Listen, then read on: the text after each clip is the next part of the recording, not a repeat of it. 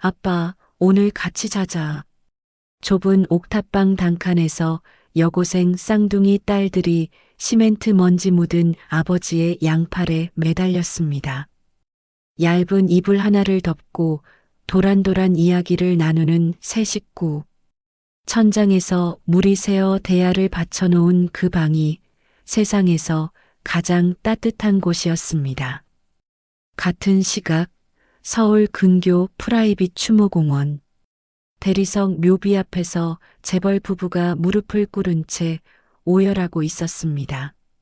서준혁, 1969-2024.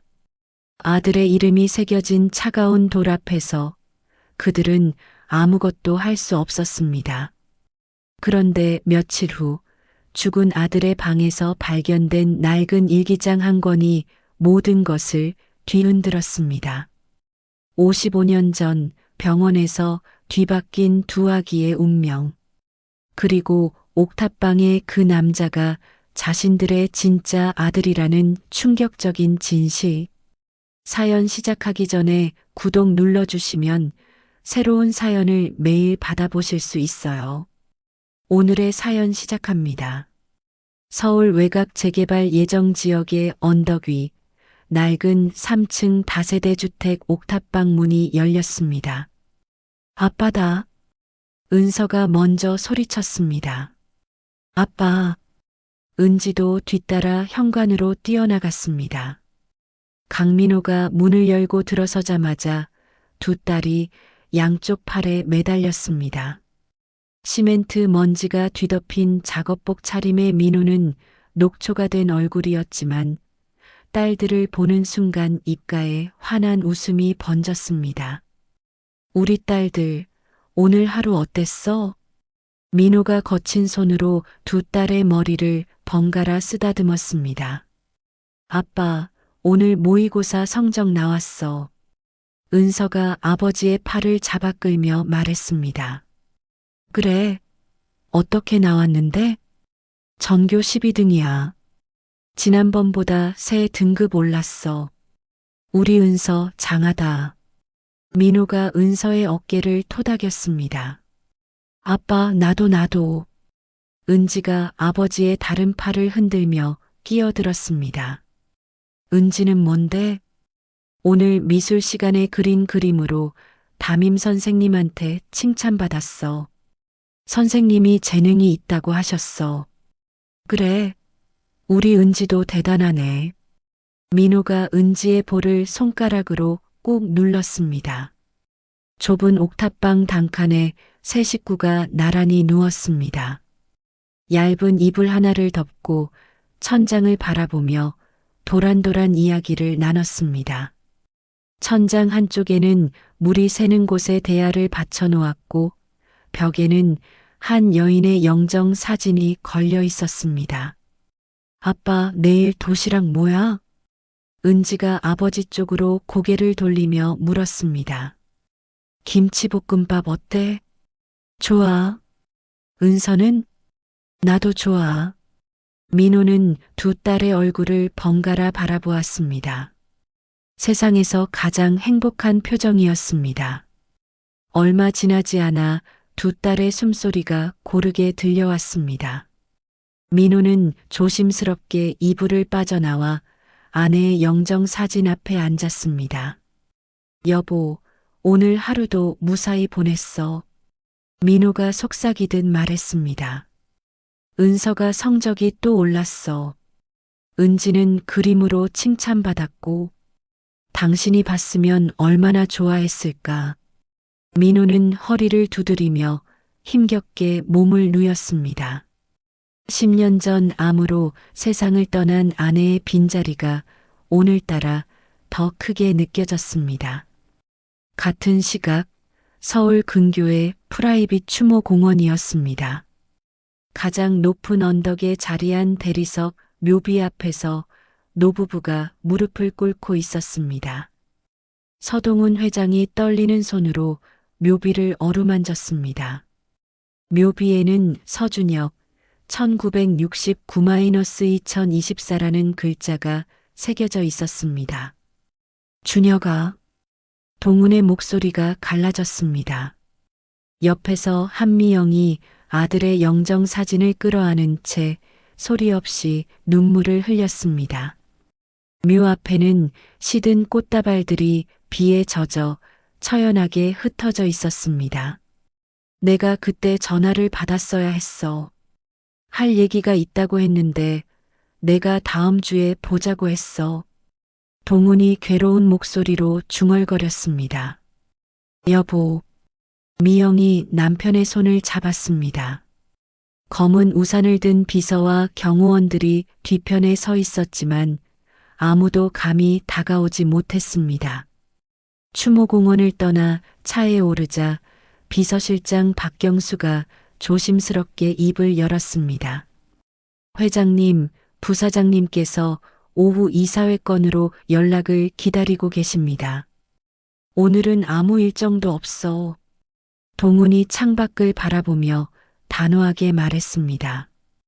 미영은 남편의 손을 꼭 잡은 채 묵묵히 눈물을 흘렸습니다. 6개월 전의 일이었습니다. 새벽 2시 서준혁이 술에 취한 채 스포츠카를 몰고 강남대로를 질주했습니다. 중앙선을 넘은 차량이 반대편에서 오던 트럭과 정면으로 충돌했습니다. 경찰과 구급대원들이 처참하게 찌그러진 차량에서 피투성이가 된 준혁을 끌어냈지만 이미 그의 심장은 멈춘 뒤였습니다. 사고 이틀 전이었습니다. 준혁이 아버지 동훈에게 전화를 걸었습니다. 아버지, 드릴 말씀이 있는데 시간 좀 내주시겠습니까? 무슨 얘긴데? 전화로는 좀 그렇고 직접 뵙고 말씀드리고 싶습니다. 다음 주에 보자. 지금은 바빠. 전화가 끊어졌습니다. 준혁은 빈 아파트에서 혼자 술을 마시며 책상 위에 놓인 낡은 가죽 노트를 멍하니 바라보았습니다. 다시 현재로 돌아왔습니다. 청담동 대저택의 넓은 거실에 준혁의 유품 상자들이 정리되지 않은 채 쌓여 있었습니다. 동훈이 서재로 들어간 사이 미영은 혼자 아들의 방으로 올라갔습니다. 미영이 준혁의 침대에 걸터 앉았습니다. 서랍을 열어 준혁이 어릴 적 입었던 옷가지들을 하나씩 꺼내 들었습니다. 준혁아, 엄마가 미안해. 엄마가 더 곁에 있어줬어야 했는데. 미영의 어깨가 들썩였습니다. 며칠 후 미영이 아들의 책상 서랍을 정리하다가 손을 멈췄습니다. 서랍 바닥이 이상하게 들떠 있었습니다. 조심스럽게 바닥판을 들어 올리자 낡은 가죽 노트가 나왔습니다. 이게 뭐지? 미영이 떨리는 손으로 노트를 펼쳤습니다. 준혁이 3년 전부터 비밀리에 작성해온 일기장이었습니다. 첫 페이지에는 이런 글이 적혀 있었습니다. 나는 누구인가? 왜 아버지와 어머니는 나를 보며 항상 어딘가 불편해하시는 것 같은가? 미영의 손이 떨렸습니다. 페이지를 넘기자 준혁이 자신의 출생의 의문을 품고 혼자서 조사를 벌였던 기록들이 드러났습니다. 55년 전 자신이 태어난 강북의 한 산부인과 병원, 당시 간호사 명단, 같은 날 태어난 다른 아기에 대한 정보, 일기장 중반부에는 봉투 하나가 끼워져 있었습니다. 미영이 봉투를 열자 서류 한 장이 나왔습니다. 친자 확인 DNA 검사 결과지였습니다. 서동훈과 서준혁 사이의 친자 관계가 성립하지 않음. 그 문장에 빨간 줄이 그어져 있었고 옆에 준혁의 글씨가 적혀 있었습니다. 역시 그랬군. 미영의 눈앞이 캄캄해졌습니다. 마지막 페이지를 펼쳤습니다. 1969년 3월 15일 같은 병원에서 태어난 유일한 남자 아기 강민호. 그 아래에는 민호의 현재 주소지, 주민등록 초본 사본, 재개발 예정 지역에 약도가 첨부되어 있었습니다. 직접 찾아가 봤다. 언덕 위 낡은 옥탑방에서 살고 있었다. 먼지 묻은 작업복을 입고 퇴근하는 그를 멀리서 봤다. 말을 걸지 못하고 돌아왔다. 저 사람이 원래 서동훈 회장의 아들이어야 했던 사람인가. 미영이 일기장을 들고 비틀거리며 서재로 내려갔습니다. 여보, 이것 좀 봐요. 동훈이 고개를 들었습니다. 뭔데 그래? 준혁이 방에서 나왔어요. 준혁이가 쓴 일기장이에요.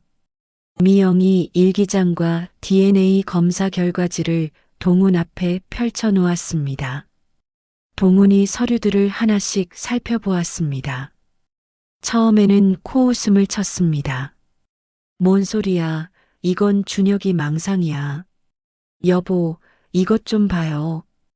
병원 기록도 있고 사진도 있어요. 미영이 증거 사진들을 하나씩 펼쳐 보였습니다. 동훈의 얼굴이 점점 창백하게 굳어갔습니다. 이게 진짜란 말이야? 동훈이 비서실장을 불렀습니다. 경수야, 법무팀장 불러. 지금 당장. 1시간 후 동훈은 법무팀장에게 지시했습니다. 극비리의 DNA 검사를 다시 해. 나와 미영의 혈액 샘플을 채취하고 준혁이 검사 결과를 공인기관에서 재검증해. 결과가 나올 때까지 이 사실은 철저히 비밀이야. 알겠나? 알겠습니다, 회장님. 일주일 후 재검증 결과가 도착했습니다. 서동훈, 한미영 부부와 고 서준혁 사이에 생물학적 친자 관계가 성립하지 않음. 동훈이 서류를 내려놓았습니다. 55년간 친아들인 줄 알고 키운 준혁이 타인의 자식이었습니다. 진짜 친아들은 어딘가에서 다른 삶을 살고 있었습니다. 강민호. 동훈이 일기장에 적힌 이름을 읽었습니다. 법무팀장, 이 사람에 대한 정보를 더 수집해. 단 절대 본인이 눈치채지 않도록 해. 알겠습니다. 미영이 창밖을 바라보며 중얼거렸습니다. 우리가 준혁이한테 진짜 부모가 아니라는 걸 느끼게 해서 그 애가 그렇게 외로웠던 건 아닐까요? 동훈이 대답하지 못했습니다. 두 사람의 어깨 위로 무거운 침묵이 내려앉았습니다. DNA 재검증 결과를 받은 지 며칠 후 동훈이 비서실장 박경수를 불렀습니다. 경수야, 강민호라는 사람에 대해 조사해. 단 합법적인 방법으로만 해. 주민등록 열람, 부동산 등기, 신용정보 조회 동의 없이 접근 가능한 범위 안에서만. 알겠습니다, 회장님. 일주일 후 동훈의 책상 위에 보고서가 올라왔습니다. 동훈이 보고서를 펼쳤습니다. 강민호, 1969년 3월 15일 강북의 한 산부인과에서 출생. 농촌에서 성장 후 고등학교 졸업과 함께 상경. 건설 현장에서 일용직 노동자로 30년간 근무. 45세에 결혼, 47세에 쌍둥이 딸 출산. 아내는 암투병 끝에 10년 전 사망. 현재 재개발 예정 지역 옥탑방에서 두 딸과 거주 중. 동훈의 눈이 다음 항목에서 멈췄습니다. 민호의 부모는 7년 전 교통사고로 함께 사망. 민호는 부모 장례 비용과 아내 병원비로 사채까지 끌었었으며 현재까지 빚을 갚아나가는 중. 동훈이 보고서를 내려놓았습니다. 가슴이 먹먹해졌습니다. 내 아들이 이렇게 살아왔단 말이야. 동훈이 준혁의 일기장을 다시 펼쳤습니다. 민호의 양부모에 대한 기록을 찾았습니다. 조사 결과 양부모는 아기 교환 사실을 전혀 모른 채 강민호를 친자식으로 키웠다.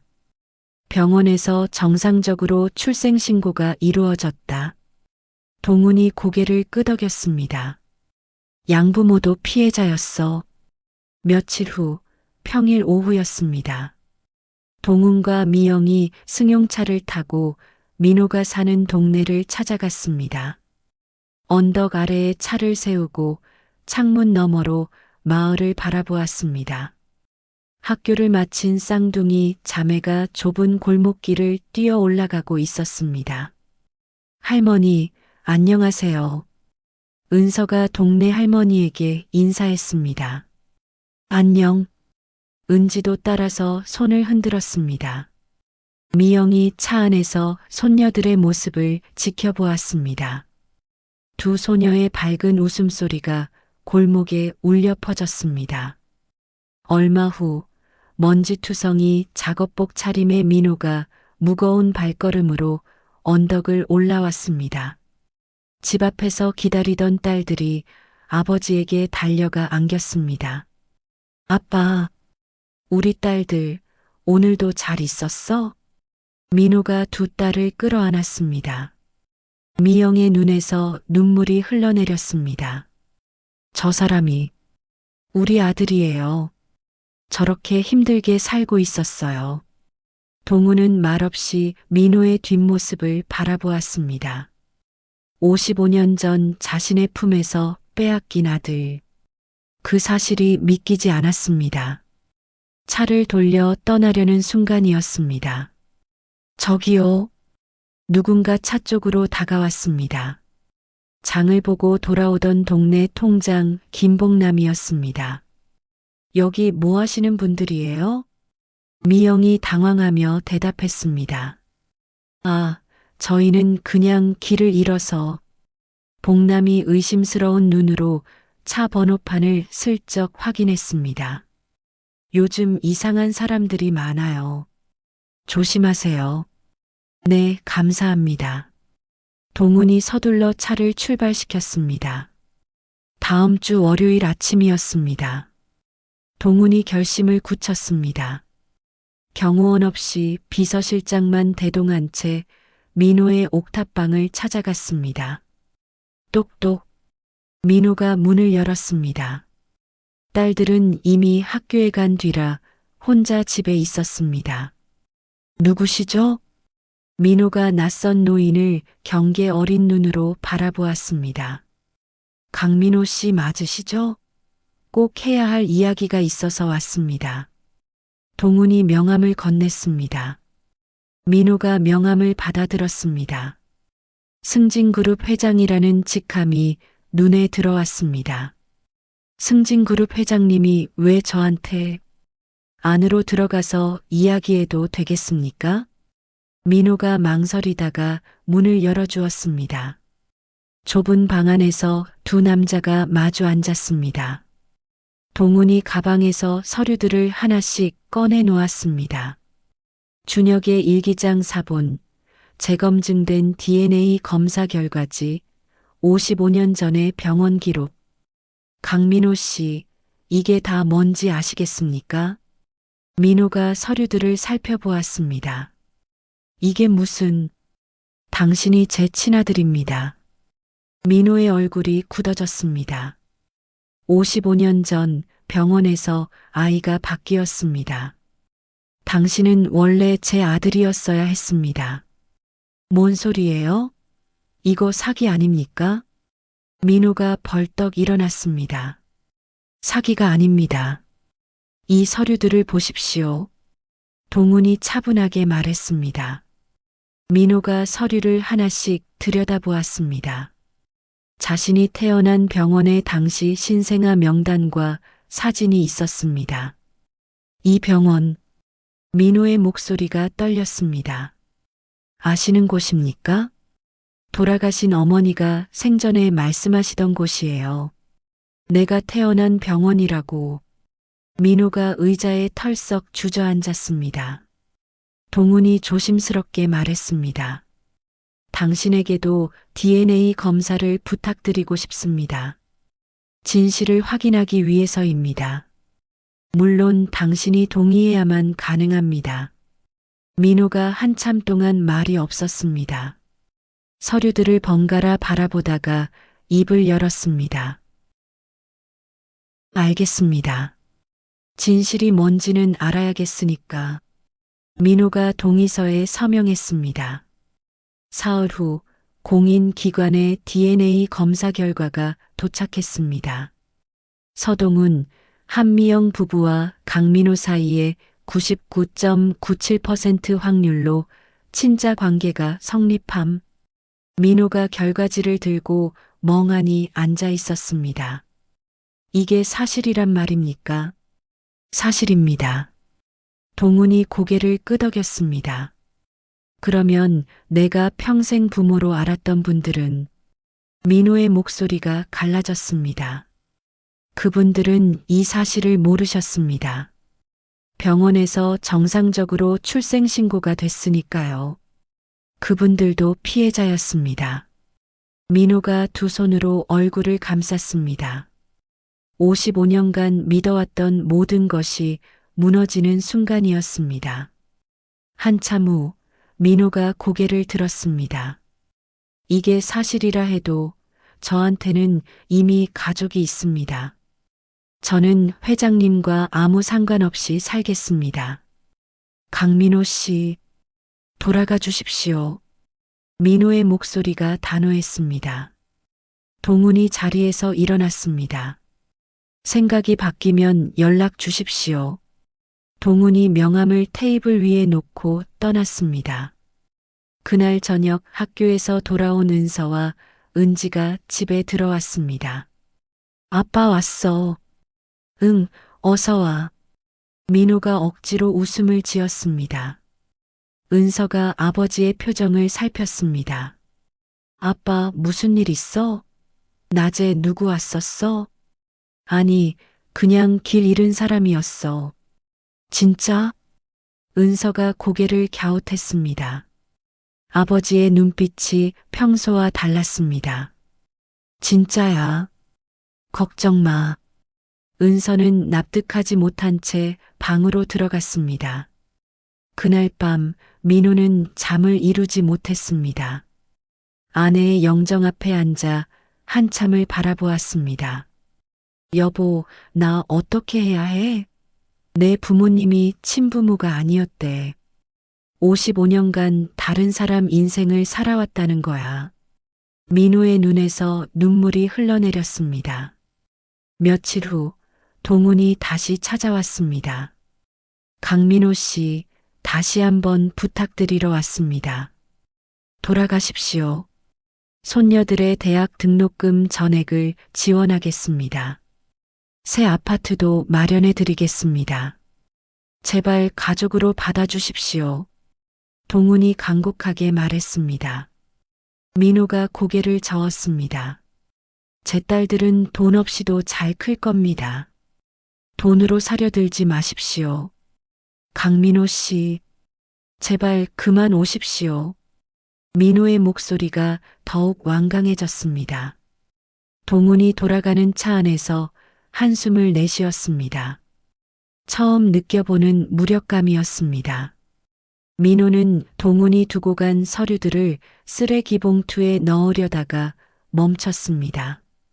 한참을 망설이다가 아내의 영정사진 뒤 서랍장 깊숙이 숨겨 넣었습니다.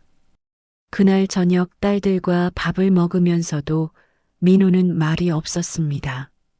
아빠, 무슨 걱정 있어? 은서가 물었습니다. 아니, 그냥 피곤해서 그래. 민호가 억지로 웃었습니다. 며칠 후 민호가 일하던 건설 현장에 노동부 점검이 들이닥쳤습니다. 안전규정 위반을 이유로 현장이 폐쇄됐습니다. 민호를 포함한 일용직 노동자들이 한꺼번에 일자리를 잃었습니다. 야, 이거 위에서 누가 찍은 거 아니야? 현장 소장이 혀를 찼습니다. 민호는 고개를 갸웃했습니다. 단순한 우연인지 아닌지 알 수 없었습니다. 같은 주 민호가 구청 보건소에서 건강검진을 받았습니다. 강민호 씨 흉부 사진에서 의심스러운 음영이 발견됐습니다. 정밀 검사를 받아보셔야 할 것 같습니다. 정밀 검사요? 그게 얼마나 드는데요? 종합병원에서 받으시면. 민호가 고개를 저었습니다. 당장 검사비조차 없었습니다. 괜찮겠지요. 감사합니다. 그날 밤 민호는 기침을 쏟아냈습니다. 딸들 앞에서는 티를 내지 않으려 이불을 뒤집어 쓰고 기침을 참았습니다. 한편 승진그룹 본사에서는 서재민 부사장이 비서실장으로부터 보고를 받고 있었습니다. 회장님께서 강민호라는 사람을 만나러 다녀오셨습니다. 재민의 눈이 가늘어졌습니다. 강민호? 그게 누군데? 재민은 이미 3년 전 아버지 서동진의 유품을 정리하다가 오래된 봉투를 발견한 적이 있었습니다. 봉투 안에는 55년 전 병원 원장에게 보낸 거액의 수표 사본과 신생아 교환권 처리 완료라는 메모가 있었습니다. 재민이 신복 오진태를 불렀습니다. 강민호라는 남자 뒷조사해. 약점을 찾아. 알겠습니다, 부사장님. 오진태가 고개를 숙이고 물러났습니다. 재민이 창밖을 바라보며 중얼거렸습니다. 55년간 건설 현장에서 막노동하던 사람이 이 그룹의 후계자가 된다고? 그건 안 돼. 재민의 눈이 차갑게 빛났습니다. 지금 중요한 건 아빠 수술이에요. 일단 일자리를 잃은 민호가 다른 건설 현장을 찾아다녔습니다. 사장님, 저 일 좀 시켜주십시오. 뭐든 할 수 있습니다. 미안해요. 지금 사람이 꽉 찼어요. 어디를 가나 같은 대답이 돌아왔습니다. 민호가 전에 함께 일했던 십장에게 전화를 걸었습니다. 형님, 저 민호입니다. 요즘 일자리 좀 있습니까? 아, 민호야. 미안하다. 요즘 사정이 좀 그래. 형님, 뭐든 할 수 있습니다. 제발 좀. 미안해. 나도 어쩔 수가 없어. 전화가 끊어졌습니다. 민호는 휴대폰을 내려다보았습니다. 누군가 자신의 취업을 조직적으로 방해하고 있다는 의심이 들었습니다. 같은 시각 청담동 대저택에서 한미영이 외출 준비를 하고 있었습니다. 어디 가려고? 동훈이 물었습니다. 산책 좀 하려고요. 미영이 대답을 피하며 현관으로 나갔습니다. 미영은 운전기사에게 주소를 알려주었습니다. 재개발 예정 지역의 낡은 다세대 주택.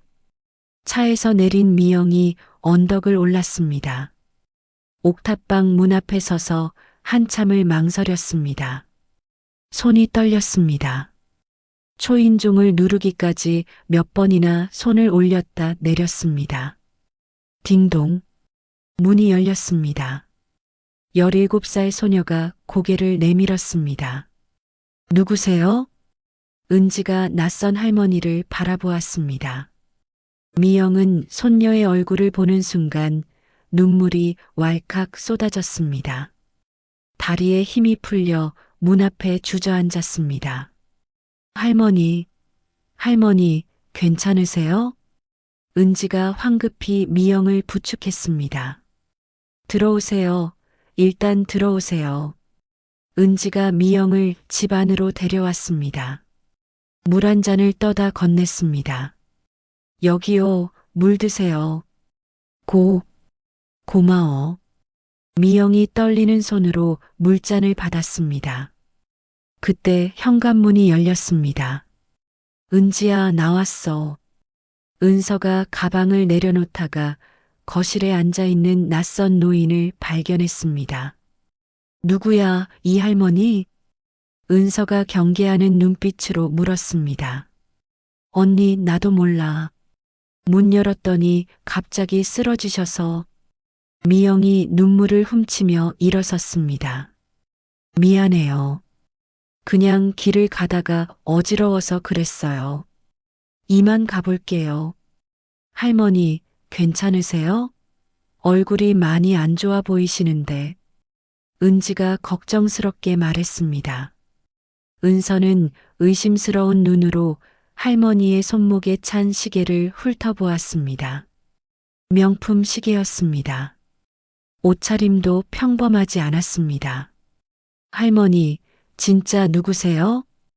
은서가 물었습니다. 그때 현관문이 다시 열렸습니다. 민호가 들어섰습니다.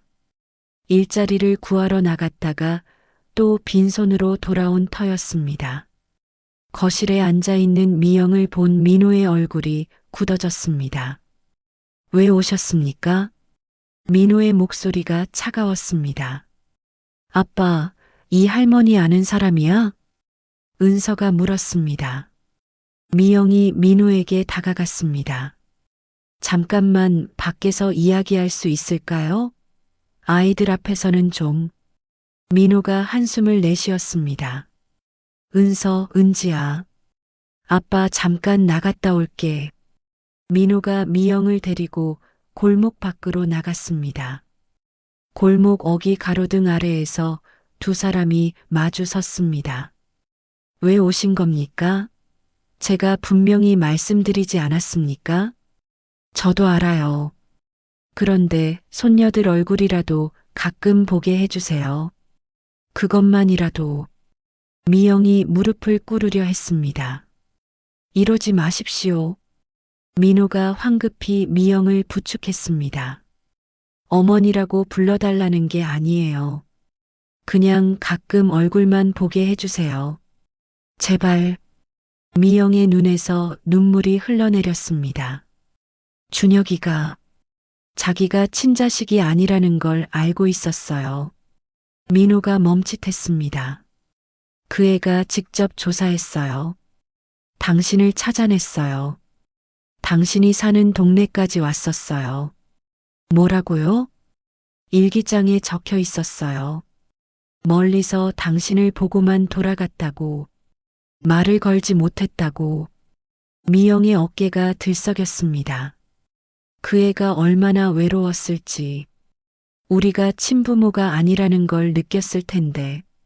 제가 더 곁에 있어줬어야 했는데. 민호는 처음으로 준혁이라는 사람을 생각했습니다. 자신과 같은 날 태어나 운명이 뒤바뀐 그 사람. 재벌가에서 자랐지만 외로웠던 그 사람. 민호의 표정이 흔들렸습니다. 바로 그 순간이었습니다.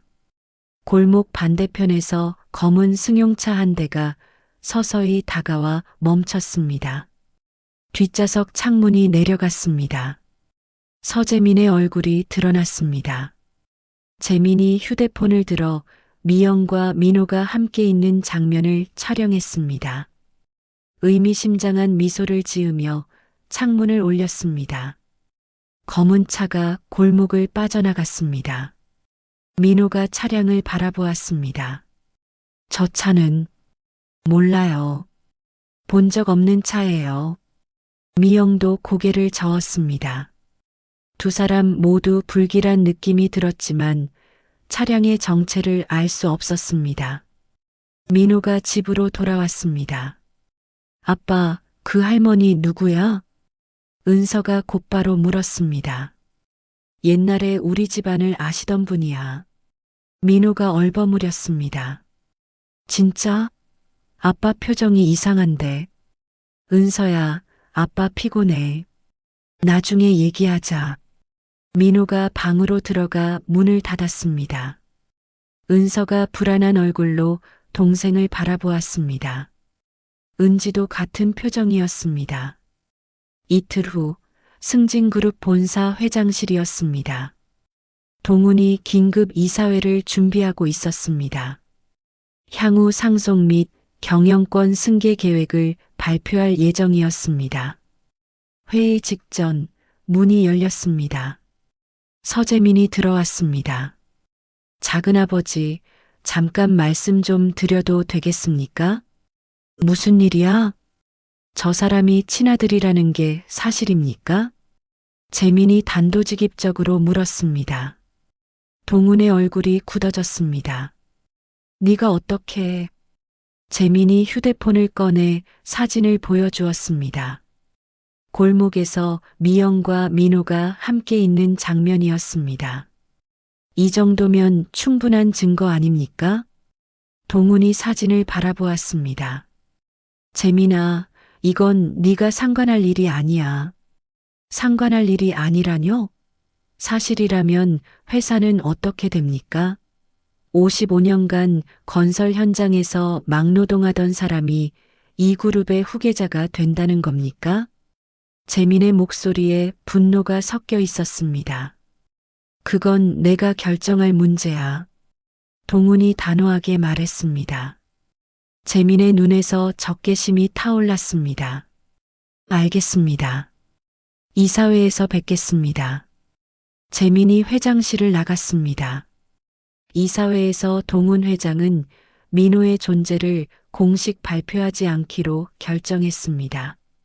재민을 대외적으로는 여전히 후계자 후보로 내세우기로 했습니다. 재민은 알고 있었습니다. 이것이 일시적 조치일 뿐이라는 것을. 퇴근 후 재민이 자신의 측근들을 모았습니다. 우리가 먼저 움직여야 한다. 재민이 낮은 목소리로 말했습니다. 오진태가 물었습니다.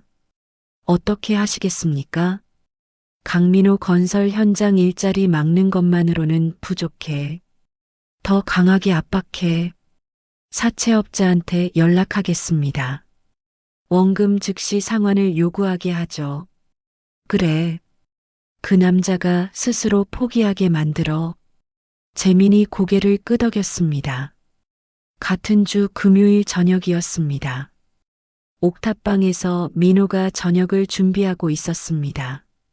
갑자기 가슴이 답답해졌습니다. 기침이 터져 나왔습니다. 컥. 손으로 입을 막았습니다. 손바닥에 피가 묻어 있었습니다. 민호의 눈이 커졌습니다. 그 순간 다리에 힘이 풀렸습니다. 민호가 그 자리에 쓰러졌습니다. 아빠. 은서가 비명을 질렀습니다. 아빠. 은지가 아버지 곁으로 달려갔습니다. 언니, 119 불러. 은서가 떨리는 손으로 전화를 걸었습니다. 여보세요? 우리 아빠가 쓰러졌어요. 피를 토했어요. 빨리 와주세요. 구급차가 도착했습니다. 민호가 들것에 실려 응급실로 이송됐습니다. 병원 복도에서 은서와 은지가 아버지의 진료 결과를 기다렸습니다.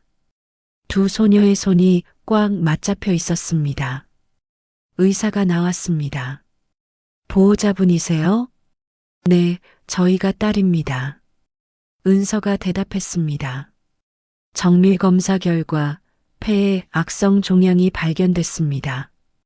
이미 3기에 접어든 상태입니다. 은서의 얼굴이 하얗게 질렸습니다. 수술과 항암 치료가 필요한데 보험이 없으시네요. 비용이 상당히 나올 겁니다. 의사가 진료비 견적서를 건넸습니다. 은서가 떨리는 손으로 견적서를 받아들었습니다.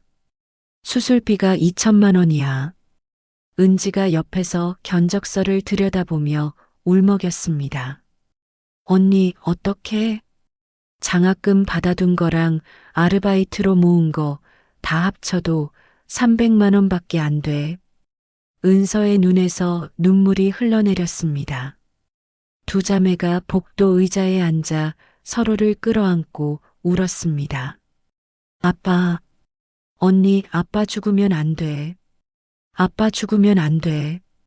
그때 복도 저쪽에서 누군가 급하게 뛰어오는 소리가 들렸습니다. 한미영이었습니다. 미영이 접수 창구로 다가갔습니다. 강민호 환자 치료비 전액 제가 내겠습니다. 은서가 고개를 들었습니다. 할머니? 할머니가 왜 여기에? 미영이 두 손녀에게 다가갔습니다. 미안해. 더 이상 숨길 수가 없구나.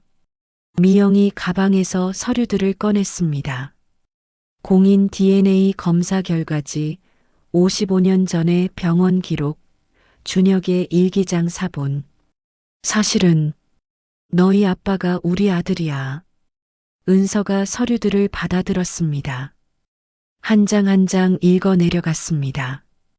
은서의 얼굴이 점점 창백해졌습니다. 이게 무슨... 은지가 옆에서 물었습니다. 언니 뭐야? 무슨 말이야? 그러면 우리가 재벌 손녀라는 거야? 은지가 얼떨떨한 표정을 지었습니다. 미영이 손녀들의 손을 잡았습니다. 너희 아빠가 받아주지 않아서 이렇게밖에 못했어. 미안해. 은서가 한참 동안 말이 없었습니다. 복잡한 감정이 얼굴에 스쳐 지나갔습니다. 지금 중요한 건 아빠 수술이에요. 일단 감사합니다. 은서가 고개를 숙였습니다. 미영이 곧바로 원무과로 가서 치료비 전액을 선납했습니다. 병실에서 민호가 의식을 되찾았습니다. 눈을 떠보니 침대 옆에 미영과 두 딸이 서 있었습니다. 세 사람 모두 눈물 자국이 있었습니다. 민호가 상황을 파악했습니다. 힘없이 한숨을 내쉬었습니다. 결국 알게 됐구나. 아빠는 왜 말 안 했어? 은서가 눈물을 흘리며 물었습니다. 미안해. 아빠가 너희들이 혼란스러울까봐 겁이 났어. 민호가 두 딸의 손을 잡았습니다. 아빠도 얼마 전에야 알게 된 거야. 55년 전에 병원에서 아기가 바뀌었대. 아빠가 원래 저 할머니와 할아버지의 아들이었고, 민호가 천천히 설명했습니다. 그러면 돌아가신 할머니, 할아버지는? 은지가 물었습니다. 그분들은 아빠의 친할머니, 친할아버지가 아니셨어. 하지만 아무것도 모르셨어. 아빠를 친자식처럼 키워주신 분들이야. 민호의 목소리가 떨렸습니다. 은서와 은지가 아버지의 손을 꼭 잡았습니다. 그때 병실 문이 열렸습니다. 서동훈 회장이 꽃바구니를 들고 들어섰습니다. 이제 더 이상 거부하지 마라. 민호가 동훈을 바라보았습니다. 복잡한 감정이 눈빛에 교차했습니다. 미영이 남편의 손을 잡았습니다. 두 손녀를 바라보았습니다.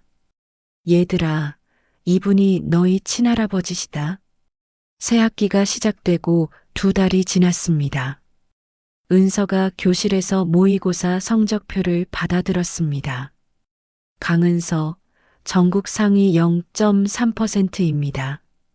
이 성적이면 서울대 의대도 충분히 노려볼 수 있어요. 담임 선생님이 말했습니다. 감사합니다. 열심히 하겠습니다. 은서가 환하게 웃었습니다. 같은 시각 미술학원에서 은지가 캔버스 앞에 서 있었습니다. 강은지 학생, 이번 교내 미술 공모전 대상 수상을 축하합니다. 학원 원장이 상장을 건넸습니다. 감사합니다.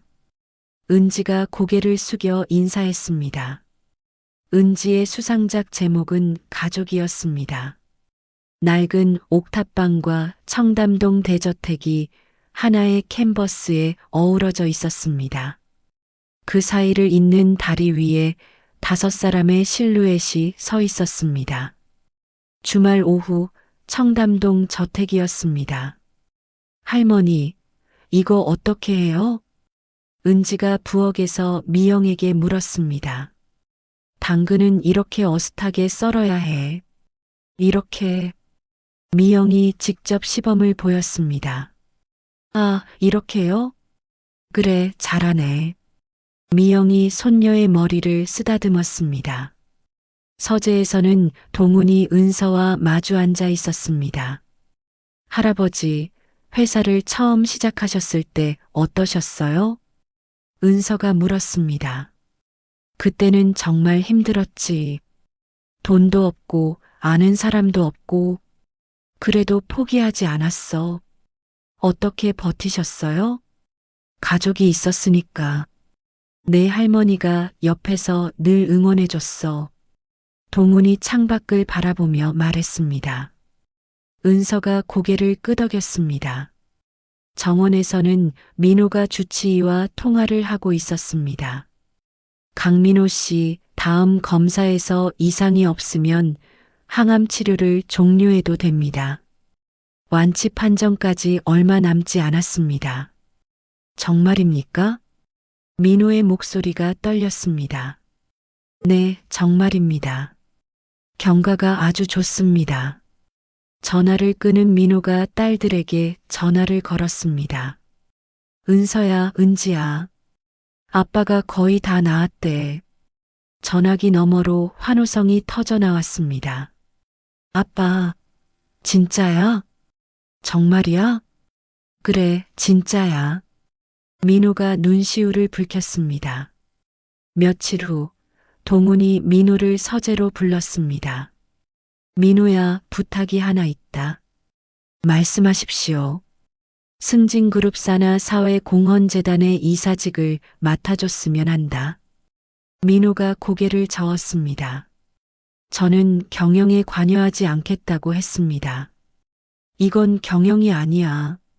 네가 30년간 건설 현장에서 일하며 본 것들, 가난 속에서 느꼈던 것들을 정책에 반영해 달라는 거야.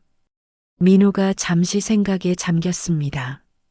그런 일이라면 네가 아니면 할 수 없는 일이야. 동훈이 민호의 손을 잡았습니다. 민호가 고개를 끄덕였습니다. 알겠습니다.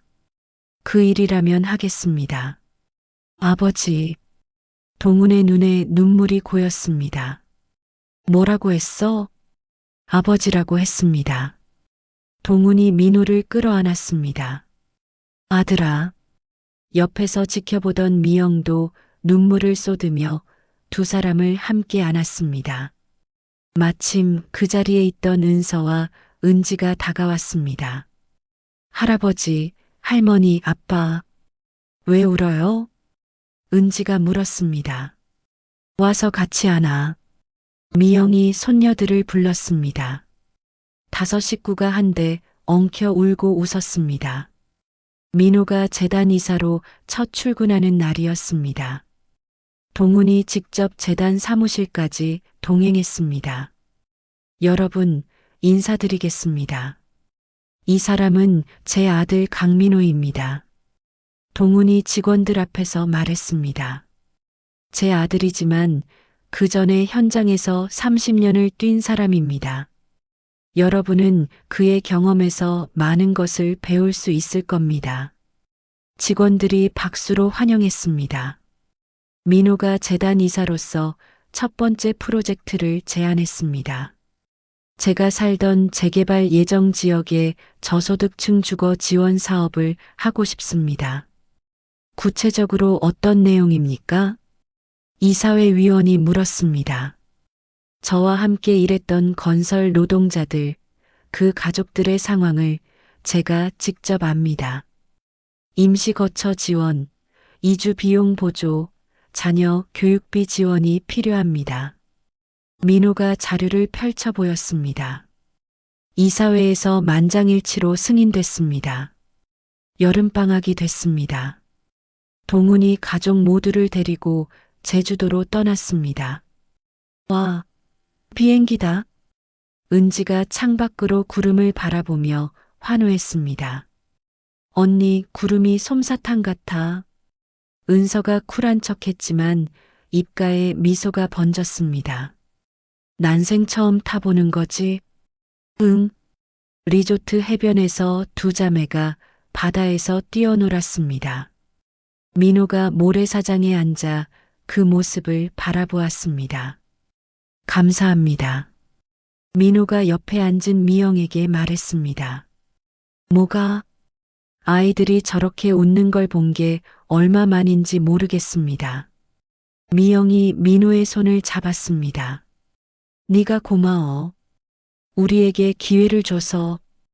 두 사람이 처음으로 편안하게 대화를 나눴습니다. 가을이 됐습니다.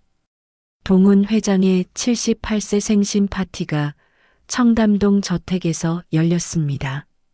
승진그룹의 주요 임원들과 사회 유명 인사들이 참석했습니다. 동훈이 단상에 올랐습니다. 오늘 여러분께 소개할 사람이 있습니다. 하객들이 조용해졌습니다. 이 사람은 제 친아들 강민호입니다. 55년 전 운명의 장난으로 헤어졌던 아들을 이제야 찾았습니다. 하객들 사이에서 술렁임이 일었습니다. 민호가 단상에 올랐습니다. 긴장한 표정이었습니다. 은서와 은지가 양옆에서 아버지의 손을 잡았습니다. 아빠, 괜찮아. 은서가 속삭였습니다. 민호가 고개를 끄덕이며 하객들에게 인사했습니다.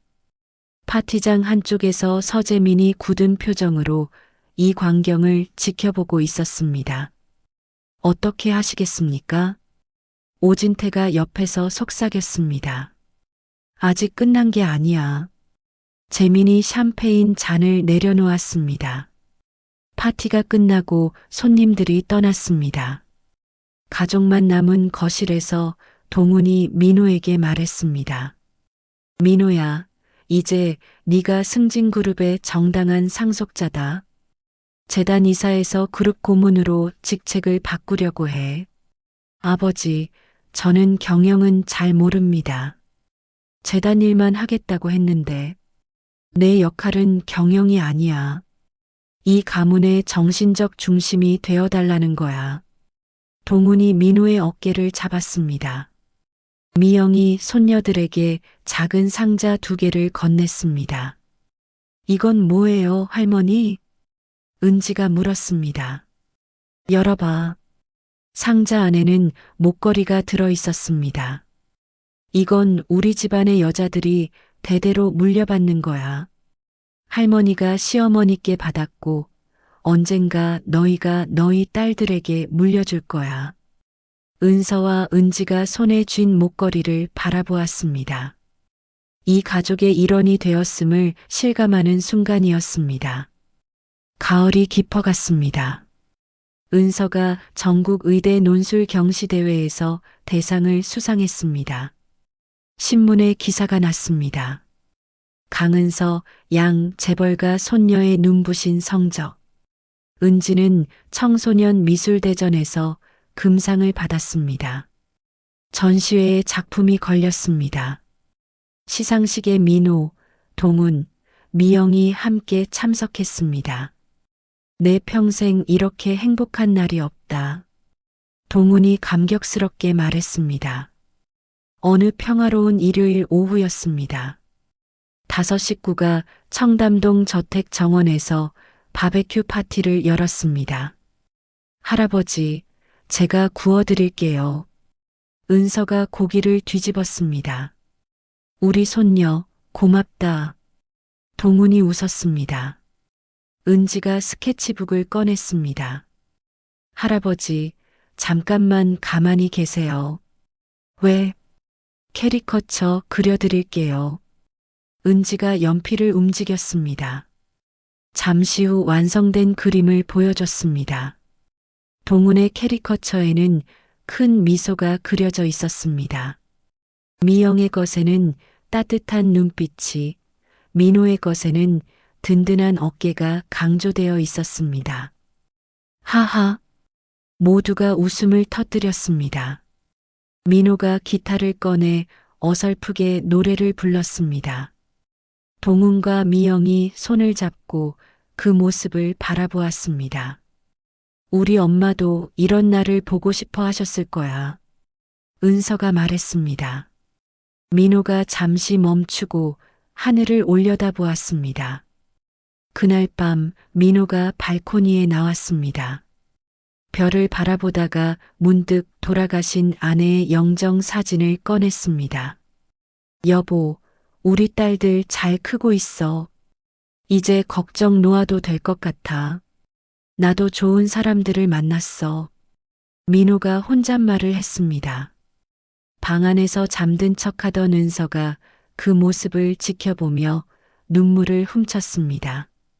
며칠 후 준혁의 무덤 앞이었습니다. 민호가 동훈, 미영, 은서, 은지와 함께 헌화를 했습니다. 민호가 묘비를 바라보았습니다. 준혁 씨가 아니었으면 저는 평생 아버지 어머니를 몰랐을 겁니다. 준혁 씨가 남긴 일기장 덕분에 제가 여기 있습니다. 바람에 꽃잎이 흩날렸습니다. 5가족이 나란히 묘비 앞에 섰습니다. 평화로운 풍경이었습니다. 가족들이 무덤을 떠나 주차장으로 향했습니다.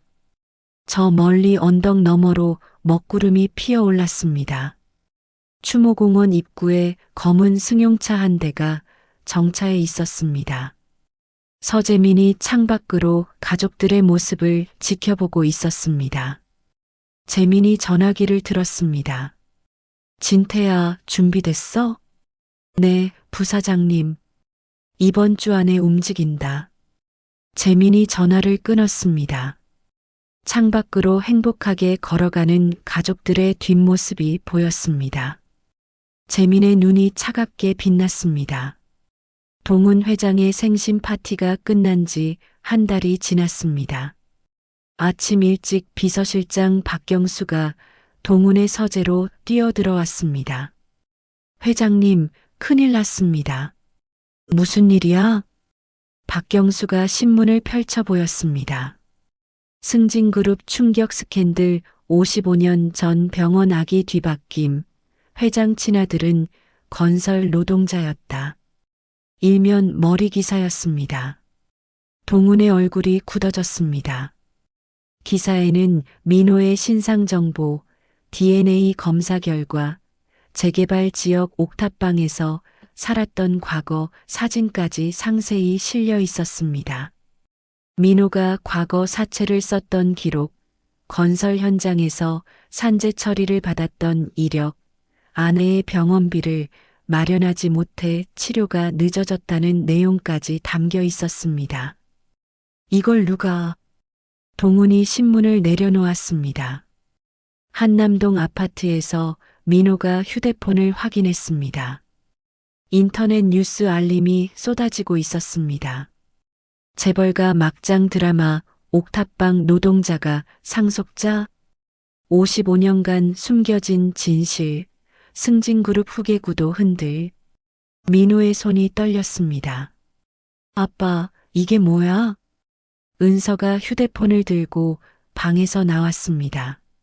화면에는 민호와 딸들의 사진이 떠 있었습니다. 온라인 커뮤니티에 무분별하게 퍼져나간 사진들이었습니다. 아빠, 은지도 창백한 얼굴로 나왔습니다. 민호가 두 딸을 끌어안았습니다. 미안해. 아빠 때문에. 승진그룹 주가가 장 시작과 동시에 급락했습니다. 인터넷에는 악성 댓글이 쏟아졌습니다. 재벌가 막장 드라마 실화냐? 저런 사람이 대기업 물려받으면 망한다. 옥탑방에서 재벌 손녀로 인생 역전 대박. 은서가 학교에 갔습니다. 교실에 들어서자 그부들의 시선이 일제히 쏠렸습니다. 제가 그 옥탑방 재벌 손녀래. 갑자기 금수저됐다며 수군거리는 소리가 들렸습니다.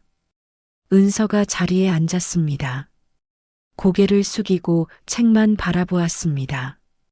쉬는 시간, 한 남학생이 다가왔습니다. 야, 너희 아빠 사채도 썼다며? 그 돈 갚았어? 은서의 얼굴이 붉어졌습니다. 너랑 상관없는 일이야. 뭐? 갑자기 돈 생기니까 말투도 달라졌네. 주변에서 킥킥거리는 소리가 들렸습니다. 은서가 이를 악물었습니다. 참았습니다. 화장실로 뛰어들어갔습니다. 칸 안에서 혼자 울음을 터뜨렸습니다. 같은 시각 미술학원에서 은지도 비슷한 상황을 겪고 있었습니다. 야, 너 금수저로 밀어 넣은 거 아니야? 선배 한 명이 비아냥거렸습니다. 그림 실력이 있긴 한 거야? 상도 돈으로 산 거 아니고. 은지의 눈에 눈물이 고였습니다. 저는 열심히 했어요. 열심히? 그래, 열심히 돈 썼겠지. 은지가 학원을 뛰쳐나왔습니다. 집까지 울면서 걸어왔습니다. 저녁에 민호가 두 딸의 얼굴을 보았습니다. 무슨 일 있었어? 은서가 고개를 저었습니다. 아니, 괜찮아. 은지도 억지로 웃었습니다. 응, 아무 일도 없었어. 민호는 알고 있었습니다. 딸들이 무슨 일을 겪었는지. 그날 밤 민호는 잠을 이루지 못했습니다. 며칠 후 승진그룹 본사였습니다. 동훈이 보안팀장을 불렀습니다. 언론에 정보를 흘린 사람을 찾아냈나? 네, 회장님. 기획조정실장 오진태입니다. 동훈의 눈이 커졌습니다. 오진태 컴퓨터에서 기자에게 보낸 이메일과 강민호 씨 개인정보 파일을 발견했습니다. 동훈이 주먹을 불끈 쥐었습니다. 재민이가 여기까지 할 줄은 몰랐어. 동훈이 재민을 회장실로 불렀습니다. 재민아, 네가 이런 짓을 했다는 증거가 나왔다. 어떻게 된 거야? 재민이 더 이상 숨기지 않았습니다. 작은아버지 55년간 건설 현장에서 막노동하던 사람에게 회사를 넘길 수 없습니다. 뭐라고? 저는 20년을 이 회사에 바쳤습니다. 이건 회사를 위한 겁니다. 재민이 정면으로 맞섰습니다. 동훈이 자리에서 일어났습니다. 네가 감히 저 사람을 후계자로 공식 지명하시면 저는 주주총회에서 경영권 분쟁을 일으키겠습니다. 이사회 의장단 3명이 이미 제 편입니다. 재민의 목소리가 차가웠습니다. 지금 나를 협박하는 거야? 협박이 아닙니다. 사실을 말씀드리는 겁니다. 지금 당장 결정하십시오. 동훈이 재민을 노려보았습니다. 내 마음대로 해라. 나는 가족을 버리지 않는다. 그러시다면 어쩔 수 없습니다. 다음 이사회에서 뵙겠습니다. 재민이 회장실을 나갔습니다. 문이 닫혔습니다. 동훈이 의자에 앉았습니다. 갑자기 가슴이 답답해졌습니다. 동훈이 가슴을 움켜쥐었습니다. 회장님, 박경수가 달려왔습니다. 동훈이 책상 위로 쓰러졌습니다. 회장님, 정신 차리세요. 박경수가 119에 전화를 걸었습니다. 여보세요? 환자가 쓰러졌습니다. 가슴을 잡고 쓰러지셨어요. 구급대원들이 도착했습니다. 동훈이 들것에 실려 나갔습니다. 병원 응급실이었습니다. 미영이 달려왔습니다. 여보. 미영이 비명을 질렀습니다. 보호자분, 진정하세요. 지금 처치 중입니다. 간호사가 미영을 붙잡았습니다. 민호와 은서, 은지도 병원에 도착했습니다. 할아버지, 은지가 울먹였습니다. 수술실 앞 대기실에서 가족들이 초조하게 기다렸습니다. 그때 재민이 나타났습니다. 작은아버지 상태가 어떻습니까? 재민이 걱정하는 척했습니다. 민호가 벌떡 일어섰습니다. 당신 때문이야. 아버지가 쓰러진 게 당신 때문이야. 증거도 없이 함부로 말씀하시면 안 됩니다. 재민이 차갑게 응수했습니다. 당신. 민호가 주먹을 쥐었습니다. 아빠, 여기서 이러면 안 돼. 은서가 아버지를 붙잡았습니다. 민호가 주먹을 내렸습니다. 2시간이 지났습니다. 의사가 수술실에서 나왔습니다. 보호자분이세요? 네, 제가 부인입니다. 미영이 다가갔습니다. 급성 심근경색이었습니다. 스텐트 시술을 했고 위험한 고비는 넘겼습니다. 살았어요? 우리 영감이 살았어요? 미영이 그 자리에서 주저앉았습니다. 네, 하지만 당분간 절대 안정이 필요합니다. 스트레스를 받으시면 재발 위험이 큽니다. 민호가 안도의 한숨을 내쉬었습니다. 은서와 은지를 끌어안았습니다. 중환자실에서 동훈이 의식을 회복했습니다. 여보, 미영이 남편의 손을 잡았습니다. 동훈이 민호를 바라보았습니다. 민호야, 네 아버지, 여기 있습니다. 동훈이 민호의 손을 잡았습니다. 내가 없어도 가족을 지켜다오. 그리고 형 얘기를 해줘야 하는데 동훈의 눈이 스르르 감겼습니다. 아버지, 아버지, 무슨 말씀이세요? 민호가 간호사를 불렀습니다. 지금은 안정이 필요합니다. 면회는 내일 다시 오세요. 간호사가 가족들을 밖으로 안내했습니다. 복도에서 은서가 아버지에게 물었습니다. 아빠, 우리 어떻게 해? 할아버지도 쓰러지시고 학교에서는 애들이. 은서의 눈에 눈물이 고였습니다. 민호가 딸을 안았습니다. 다 잘 될 거야. 아빠가 지켜줄게. 민호의 눈에도 걱정이 가득했습니다. 은지가 창밖을 바라보며 말없이 눈물을 흘렸습니다. 며칠 후 재민이 이사회를 긴급 소집했습니다. 회장님께서 입원 중이시니 정관에 따라 부회장인 제가 회장 직무대행을 맡겠습니다. 이사들이 고개를 끄덕였습니다. 재민이 민호에게 전화를 걸었습니다. 강민호 씨, 재단 이사직에서 사퇴하십시오. 뭐라고요? 지금 당신 존재 자체가 회사에 해가 됩니다. 스스로 물러나시는 게 좋을 겁니다. 재민이 일방적으로 전화를 끊었습니다. 그날 저녁 한남동 아파트였습니다. 민호가 미영과 두 딸 앞에 앉았습니다. 제가 물러나는 게 맞는 것 같습니다. 민호야, 그게 무슨 소리야? 미영이 물었습니다. 저 때문에 아버지가 쓰러지셨습니다. 아이들은 학교에서 놀림받고 있습니다. 제가 없으면 아빠, 은서가 벌떡 일어섰습니다.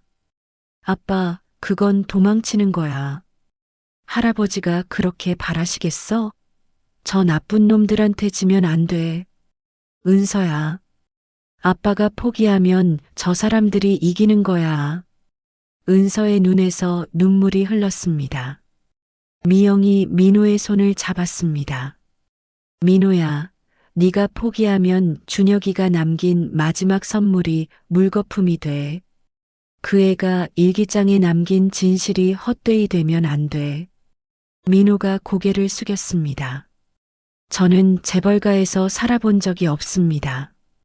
경영은커녕 회의 한 번 제대로 해본 적 없습니다. 이건 제 세계가 아닙니다. 방 안에 무거운 침묵이 내려앉았습니다. 다음 날 오후 민호가 홀로 추모공원을 찾았습니다. 준혁의 무덤 앞에 앉았습니다. 준혁 씨, 저는 어떻게 해야 합니까?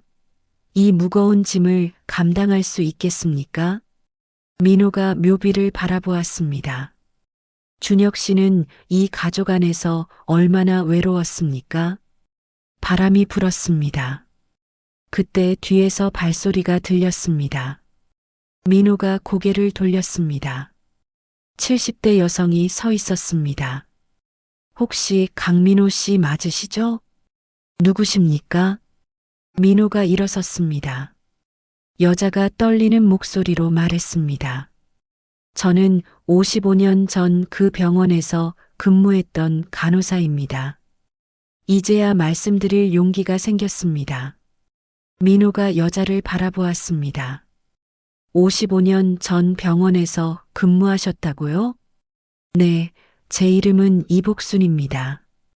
올해 73이에요. 복순의 손이 떨리고 있었습니다.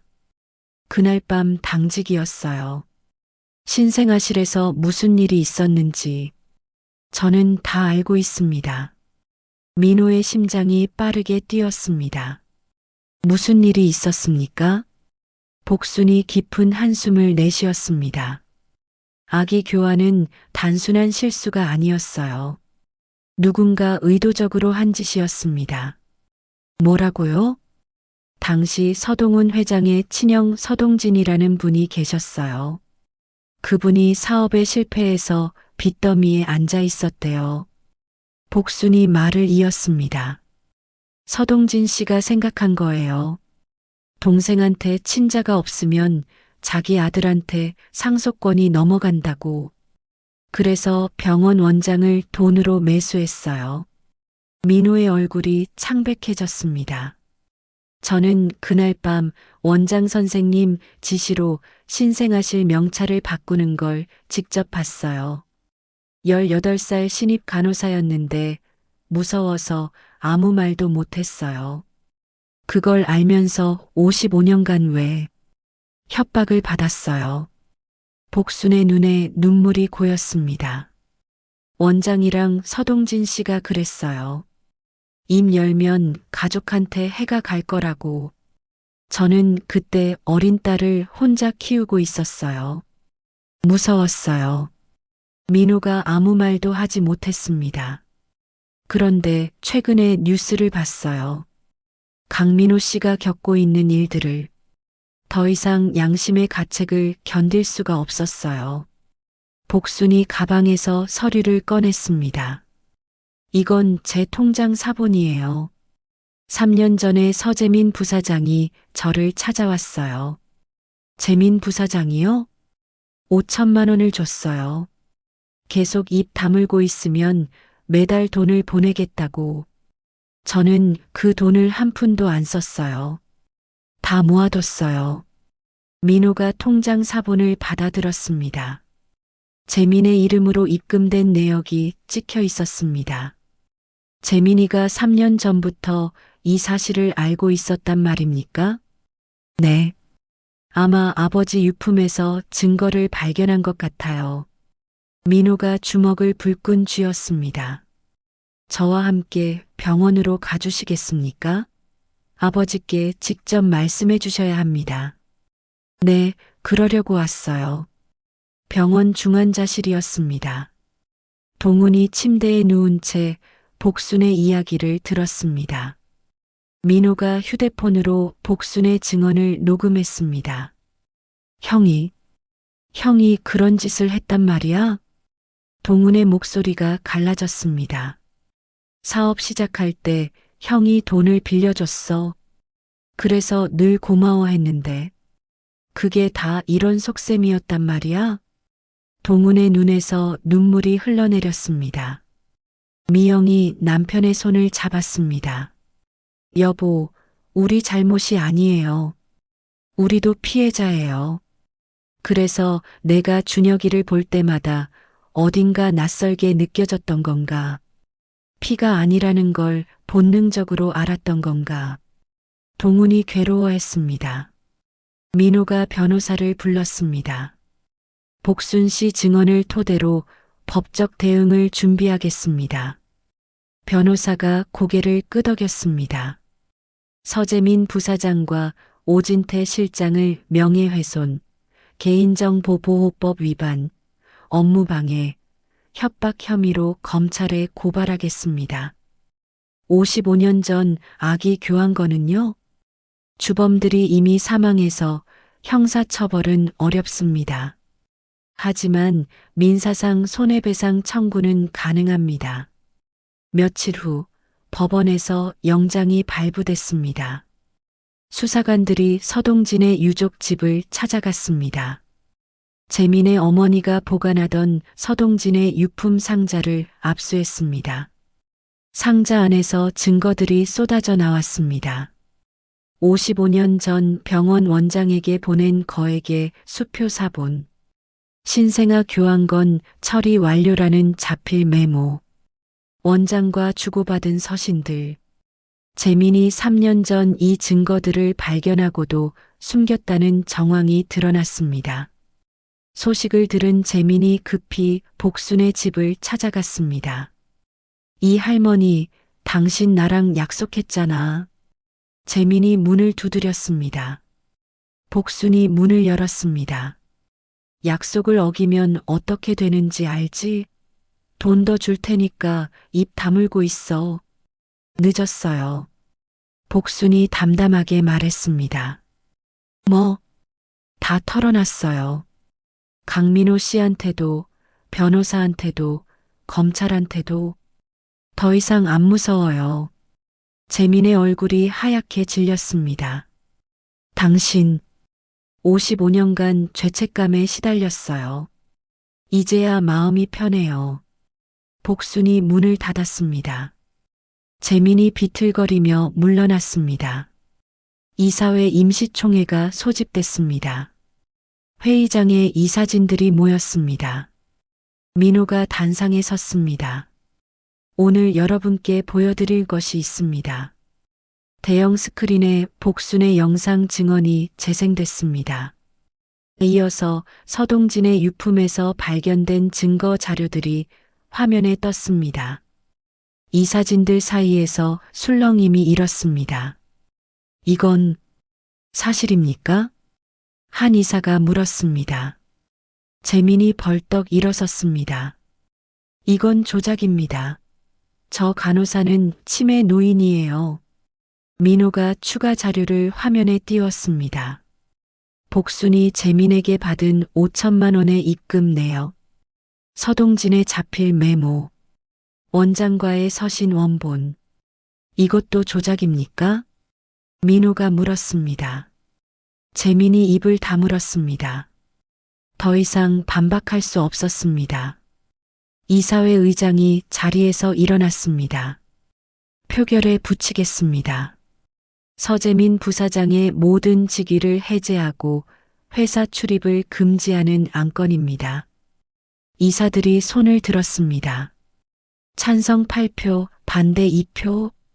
가결되었습니다. 재민의 얼굴이 일그러졌습니다.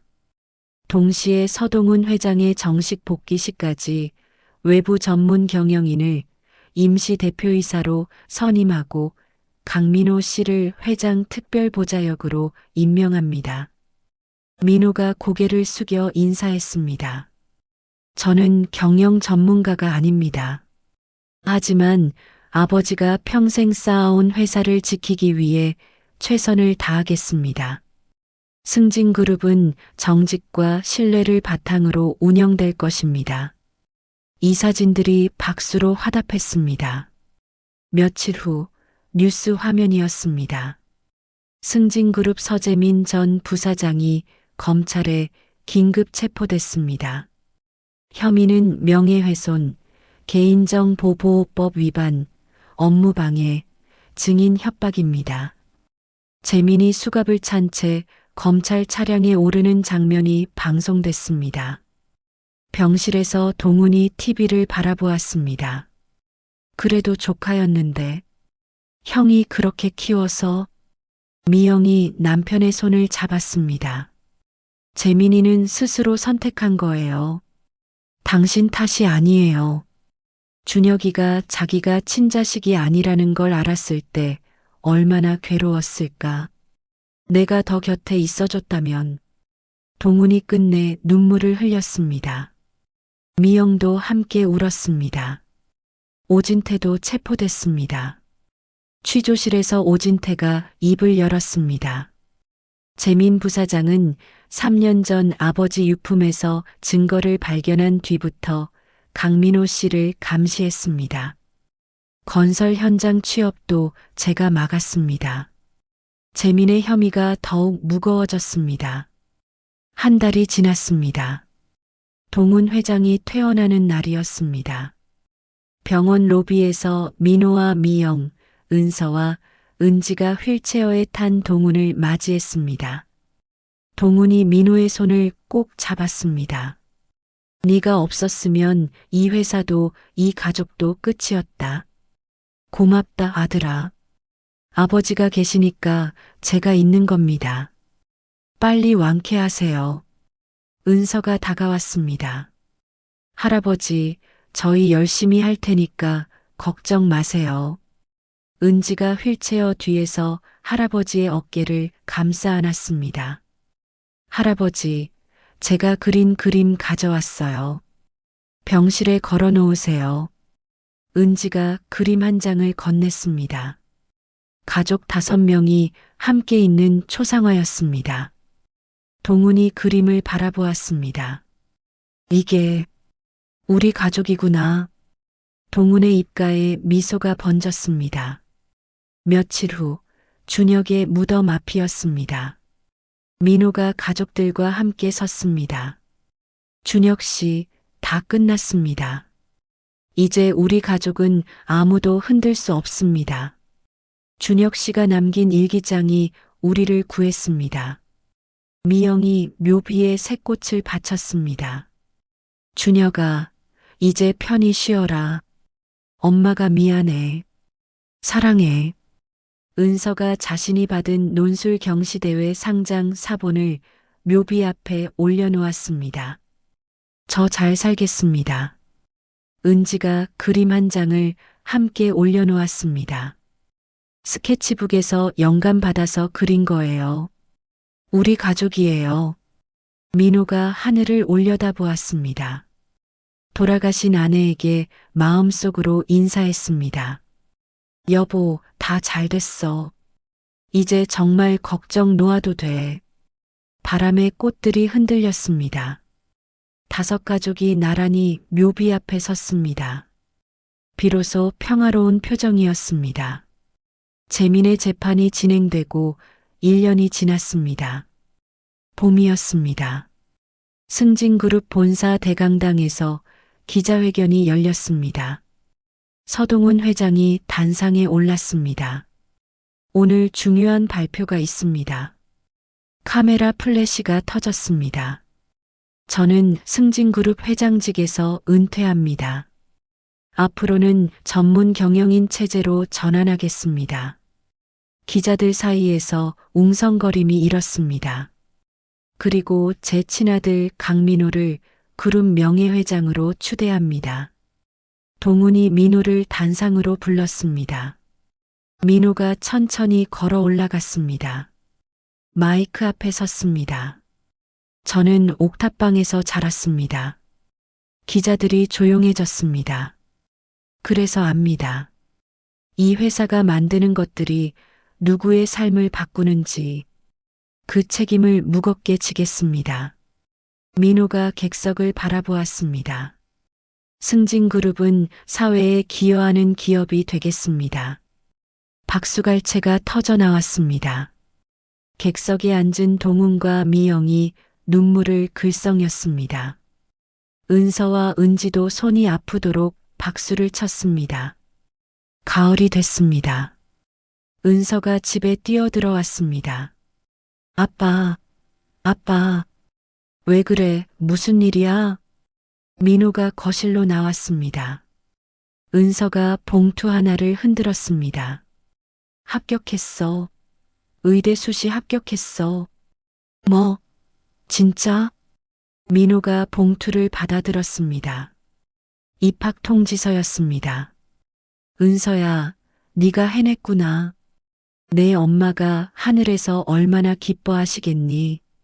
민호가 딸을 껴안았습니다. 아빠, 나 꼭 좋은 의사 될 거야. 아빠처럼 힘든 사람들 도와주는 의사가 될 거야. 은서의 눈에서 눈물이 흘렀습니다. 같은 달 은지에게도 좋은 소식이 왔습니다. 할머니, 할아버지, 저 국제 청소년 미술대전에서 대상 받았어요. 은지가 청담동 저택으로 뛰어들어왔습니다. 뭐라고? 대상? 미영이 손녀를 끌어안았습니다. 프랑스 유학 장학금도 받게 됐어요. 우리 은지 대단하다. 동훈이 손녀의 머리를 쓰다듬었습니다. 은지의 수상작 제목은 두 개의 집, 하나의 가족이었습니다. 낡은 옥탑방과 청담동 대저택이 서로 손을 내밀듯 이어진 그림이었습니다. 심사위원들은 개인의 역경을 보편적 가족애로 승화시킨 수작이라고 평했습니다. 저녁에 5식구가 청담동 저택 거실에 모였습니다. 오늘은 축하할 일이 2개나 있구나. 동훈이 웃었습니다. 우리 손녀들이 대단해. 할아버지가 제일 자랑스럽다. 동훈이 두 손녀를 번갈아 안았습니다. 미영이 눈물을 훔쳤습니다. 준혁이도 이런 동생들이 있었으면 행복했을 텐데. 잠시 침묵이 흘렀습니다. 민호가 어머니의 손을 잡았습니다. 어머니, 준혁 씨도 지금 우리를 보고 있을 겁니다. 미영이 고개를 끄덕였습니다. 겨울이 왔습니다. 민호가 명예회장으로서 첫 번째 주요 사업을 발표했습니다. 강민호 사회복지재단을 확대 개편합니다. 저소득층 가정의 아이들에게 장학금과 의료 지원을 제공하는 꿈나래 프로그램을 시작합니다. 기자들이 질문했습니다. 첫 번째 수혜자는 어떻게 선발하셨습니까? 제가 살던 재개발 지역의 이웃 아이들 20명을 선발했습니다. 재단 출범식에서 민호가 연설했습니다. 저처럼 가난 때문에 꿈을 포기해야 했던 아이들이 없어지길 바랍니다. 저는 운이 좋아 기회를 얻었습니다. 하지만 모든 아이들이 운에 기대지 않고도 꿈을 펼칠 수 있어야 합니다. 청중들이 기립박수를 보냈습니다. 객석에서 동훈이 아들의 모습을 흐뭇하게 바라보았습니다. 며칠 후 민호가 예전에 살던 재개발 지역을 찾아갔습니다. 좁은 골목길을 올라갔습니다. 어머, 민호 아니야? 옛 이웃 할머니가 민호를 알아보았습니다. 할머니, 안녕하세요. 민호가 허리를 숙여 인사했습니다. 민호야, 출세했다며. 우리 민호 장하다. 할머니가 민호의 손을 꼭 잡았습니다. 여기가 제 고향입니다. 제가 있는 건 다 여기서 배운 덕분입니다. 민호가 웃었습니다. 은서와 은지도 뒤따라왔습니다. 어린 시절 뛰어놀던 골목길을 걸었습니다. 언니, 여기 기억나? 은지가 물었습니다. 응, 여기서 숨바꼭질했었지. 아빠가 퇴근하면 달려가서 안겼었잖아. 은서가 웃었습니다. 민호가 두 딸의 모습을 지켜보았습니다. 자신의 뿌리를 잊지 않길 바라는 마음이었습니다. 동네 통장 김봉남이 다가왔습니다. 민호야, 네가 우리 동네 자랑이다. 봉남이 민호의 손을 꼭 잡았습니다. 저도 여기가 자랑입니다. 이 동네 아이들이 원하는 공부를 할 수 있도록 재단에서 전액 지원하겠습니다. 고맙다, 민호야. 정말 고맙다. 봉남의 눈에 눈물이 고였습니다. 크리스마스 이브였습니다. 청담동 저택에서 성대한 파티가 열렸습니다. 동훈 부부, 민호, 은서, 은지, 미영이 초대한 친척들과 오랜 지인들이 모였습니다. 식탁 가운데에 준혁의 사진이 놓여 있었습니다. 미영이 사진을 바라보며 말했습니다. 준혁이도 함께야. 우리 가족이니까. 모두가 고개를 끄덕이며 그를 추모했습니다. 파티 중에 동훈이 자리에서 일어났습니다. 오늘 발표할 것이 있다. 모두의 시선이 동훈에게 쏠렸습니다. 유원장 수정 사항을 공개하겠다. 동훈이 서류를 펼쳤습니다. 승진그룹 지분의 51%를 민호에게, 20%를 은서와 은지에게 각각 10%씩 직접 상속한다. 나머지 29%는 강민호 사회복지재단에 기부한다. 민호가 놀란 얼굴로 아버지를 바라보았습니다. 아버지, 이것이 내가 가족에게 남길 수 있는 전부다. 동훈이 민호의 손을 잡았습니다. 민호가 아버지를 껴안았습니다. 감사합니다, 아버지. 은서가 다가왔습니다. 할아버지, 저희는 그냥 가족이면 돼요.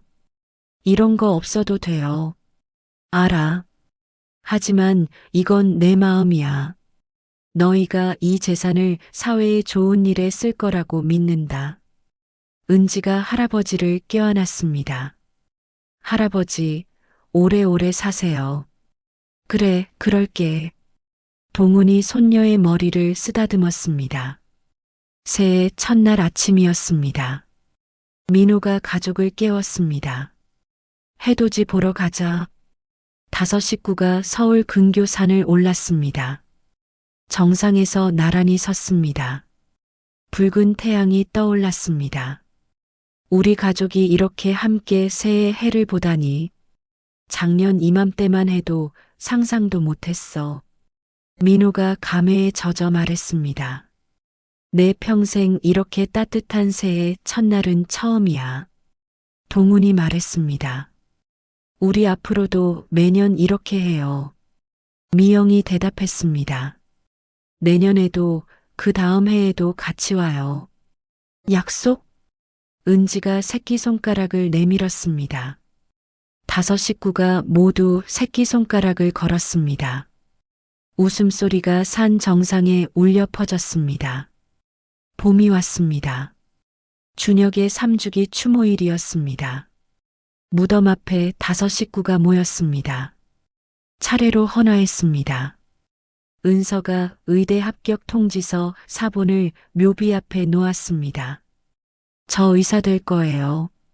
마음이 아픈 사람들도 돌보는 의사가 될 거예요. 은지가 자신이 그린 가족 초상화를 보여주었습니다. 여기 준혁 씨도 있어요. 우리 가족이니까 항상 우리 곁에 있어요. 민호가 묘비를 바라보았습니다. 고맙습니다. 준혁 씨 덕분에 제가 여기 있습니다. 민호가 절을 올렸습니다. 5년 후였습니다. 병원 복도를 흰 가운을 입은 젊은 여의사가 걸어갔습니다. 은서였습니다. 신규 레지던트로서 환자 회진을 돌고 있었습니다. 선생님, 왜 의사가 됐어요? 어린 환자가 물었습니다. 은서가 미소 지었습니다. 아픈 사람들 곁에 있어주고 싶어서. 파리의 한 갤러리였습니다. 은지가 첫 번째 개인전 오프닝에서 자신의 그림들 앞에 서 있었습니다. 전시회 제목은 가족의 풍경이었습니다. 가장 큰 그림은 옥탑방에서 청담동까지, 그리고 준혁의 무덤까지 이어지는 길 위에 손을 잡고 걷는 가족의 모습을 담고 있었습니다. 관람객들이 그림 앞에서 눈물을 흘렸습니다. 청담동 저택 정원이었습니다. 83세가 된 동훈과 80세가 된 미영이 벤치에 나란히 앉아 있었습니다. 손을 꼭 잡고 있었습니다. 잔디밭에서는 60세가 된 민호가 손주들과 뛰어놀고 있었습니다. 은서와 은지의 아이들이었습니다.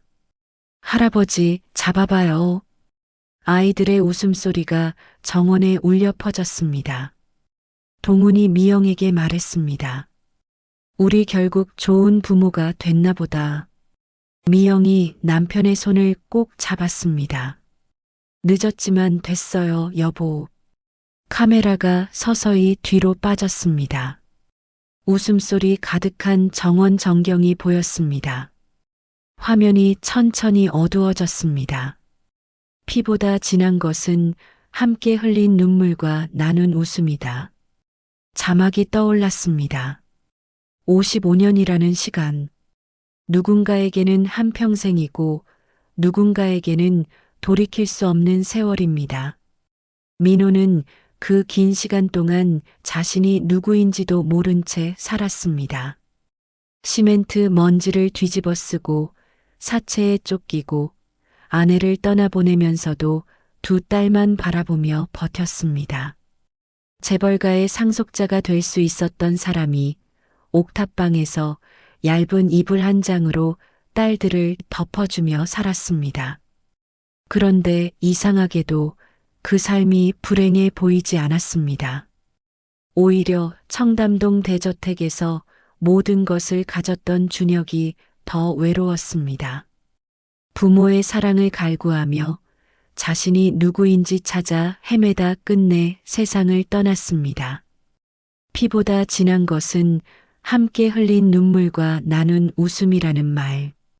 이 이야기가 그 말의 의미를 보여주는 것 같습니다. 민호에게 진짜 가족은 DNA로 정해지는 게 아니었습니다. 자신을 친자식처럼 키워준 양부모도 가족이었고 뒤늦게 만난 친부모도 가족이 되었습니다. 결국 가족이란 서로를 향해 손을 내미는 사람들이 아닐까요? 늦었다고 생각될 때가 가장 빠른 때라는 말도 있습니다. 동훈 회장 부부는 78세에 진짜 아들을 찾았고 민호는 55세에 새로운 가족을 얻었습니다. 늦었지만 그래도 찾았으니 다행입니다. 여러분의 곁에도 손 내밀어야 할 사람이 있다면 오늘 먼저 연락해 보시는 건 어떨까요? 이야기를 끝까지 들어주신 분이 계시다면 잘 들었다고 댓글 하나만 남겨주세요. 감사합니다.